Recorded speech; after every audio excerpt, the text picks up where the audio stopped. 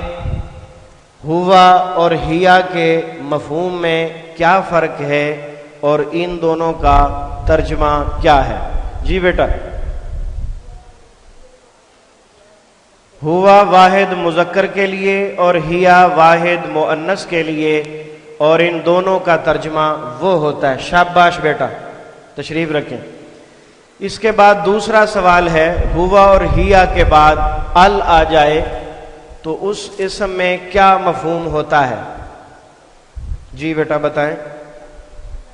اس میں تاکید کا مفہوم ہوتا ہے۔ شاباش، تشریف رکھیں۔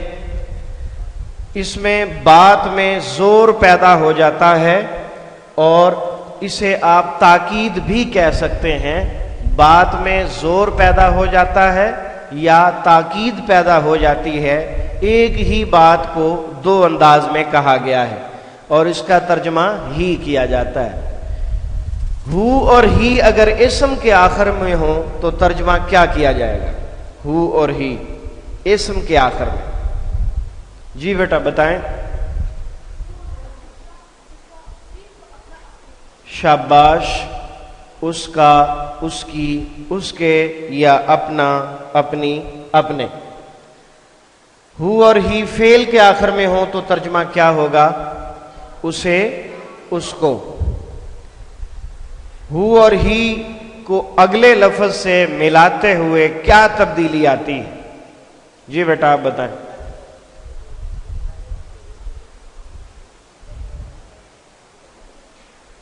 اس سے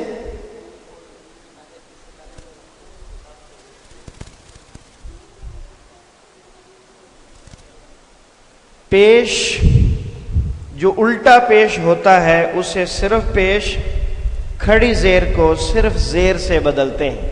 بیٹھیں بیٹا۔ ہو اور ہی کو اگلے لفظ سے ملاتے ہوئے کیا تبدیلی ہوتی ہے؟ ہو پر الٹا پیش ہوتا ہے، وہ عام پیش صرف پیش سے بدل جاتا ہے، اور ہی میں کھڑی زیر ہوتی ہے، وہ صرف زیر سے بدل جاتی ہے۔ من ہو میں ہو کی بجائے ہو کیوں آیا ہے؟ من ہو، ہم نے تو ہو پڑھا نا الٹے پیش کے ساتھ، لیکن من ہو جیسے لکھا ہوا ہے صرف پیش کے ساتھ، یہاں صرف پیش کیوں آیا ہے؟ بتاؤ بیٹا، کھڑے ہو کے بتاؤ، پتہ چلے۔ اس کو اگلے لفظ سے ملانے کے لیے اس پر الٹے پیش کو صرف پیش سے تبدیل کیا گیا ہے۔ شاباش۔ اور ایک جواب اس کا یہ ہے، پڑھنے میں آسانی پیدا کرنے کے لیے۔ علیہ میں ہی کی بجائے ہی کیوں آیا ہے؟ علیہ میں ہی کھڑی زیر کی بجائے صرف زیر کیوں آئی ہے؟ جی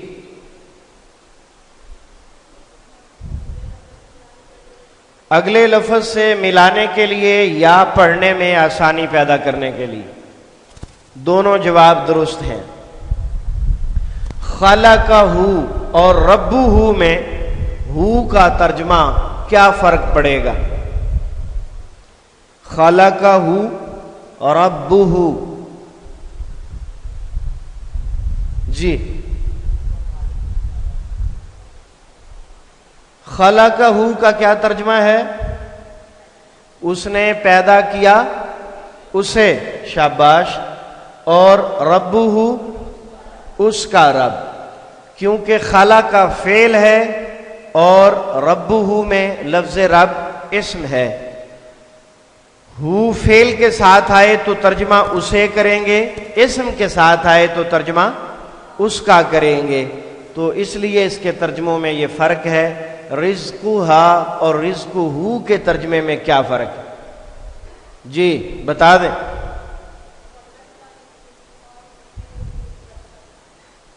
رزقہا مؤنث کے لیے ہے اور رزقہو مذکر کے لیے ہے، ترجمہ تقریباً دونوں کا ایک ہی ہے۔ شاباش، تشریف رکھیں۔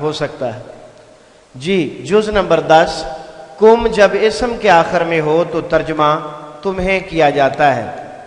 ہاں جی بتائیں جی، یہ صحیح ہے؟ اسم کے آخر میں تمہیں، آپ کو کیسے صحیح لگا؟ یہ آپ بتاؤ۔ یہ غلط ہے، وجہ؟ اسم کے ساتھ تمہارا، تمہاری، تمہارے ہوتا ہے اور فعل کے ساتھ تمہیں ہوتا ہے، یہ غلط ہوگا۔ شاباش۔ سوال نمبر 3، علامت پہچان کر غلط ترجمے کو درست کریں۔ علامت بھی لکھی ہوگی، ترجمہ بھی لکھا ہوگا، لیکن غلط لکھا ہوگا، آپ نے درست ترجمہ کرنا ہے۔ جی دائیں جانب الفاظ ہیں، ساتھ اس کے غلط ترجمہ ہے، علامت کو دیکھیں اور درست ترجمہ بتائیں۔ عندہ، جی بیٹا آپ بتاؤ۔ اس کے پاس، یہ غلط لکھا ہوا ہے، درست کیا ہے؟ اس کے پاس۔ شاباش۔ طعام کا، کھانے کی طرح۔ جی بتائیں۔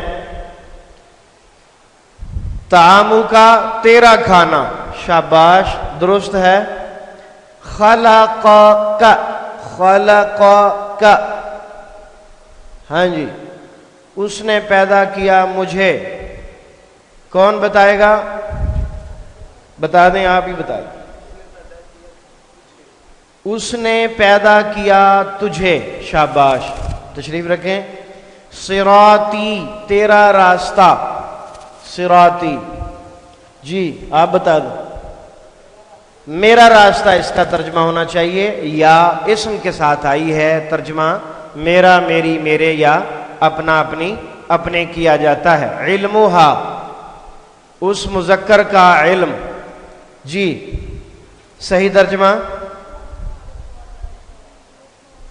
اس مؤنث کا علم۔ شاباش۔ قلوبنا، تمہارے دل۔ صحیح ترجمہ کریں، بتائیں، ذرا اونچا بولیں۔ ہمارا دل، کیونکہ قلوب جمع ہے، اسم ہے، تو اس کے ساتھ ہمارا، ہماری، ہمارے ترجمہ ہوگا۔ ارحمہما، ہم پر رحم فرما۔ جی ترجمہ درست کریں۔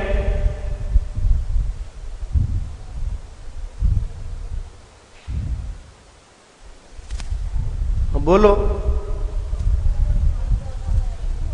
ان دونوں پر رحم فرما۔ شاباش، بالکل ٹھیک ہے۔ ہما فعل کے ساتھ آیا ہے، ترجمہ ان دونوں ہی کریں گے۔ یہدیکم، وہ ہدایت دیتا ہے تجھے۔ ہاں جی آپ بتائیں۔ ہاں، وہ ہدایت دیتا ہے؟ نہیں، آپ کو یاد نہیں ہے۔ ہاں، وہ ہدایت دیتا ہے تمہیں، کم فعل کے ساتھ ہے۔ تم سب کو درست ہے، غلط نہیں ہے، وہ بھی درست ہے۔ دو ترجمے ہیں نا، تمہیں اور تم کو، ٹھیک ہے۔ یہدیکم، وہ ہدایت دیتا ہے تمہیں یا تم کو، ایک ہی بات ہے۔ ظلمتم، یہ لفظ ظلم سے نکلا ہے، ترجمہ ان سب نے ظلم کیا۔ ترجمہ درست کریں۔ جی تم سب نے ظلم کیا۔ شاباش۔ جی قتلتموہم، انہوں نے قتل کیا۔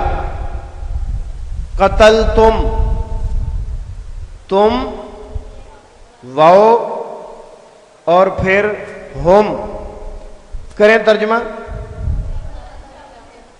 تم سب نے قتل کیا انہیں، تم سب نے قتل کیا انہیں۔ سوال نمبر 4، خالی جگہ پر کریں۔ کاف زبر کا اگر اسم کے آخر میں ہو تو ترجمہ کیا جاتا ہے، کیا ترجمہ کریں گے بیٹے؟ کاف زبر کا اسم کے آخر میں ہے، کاف زبر کا، تیرا تیری تیرے یا اپنا اپنی اپنے ترجمہ کیا جاتا ہے۔ سوال نمبر 2، سوال نمبر 4 کا جز نمبر 2، علمتنا کا ترجمہ ہے، کیا ہے؟ علمتنا، جی بتائیں۔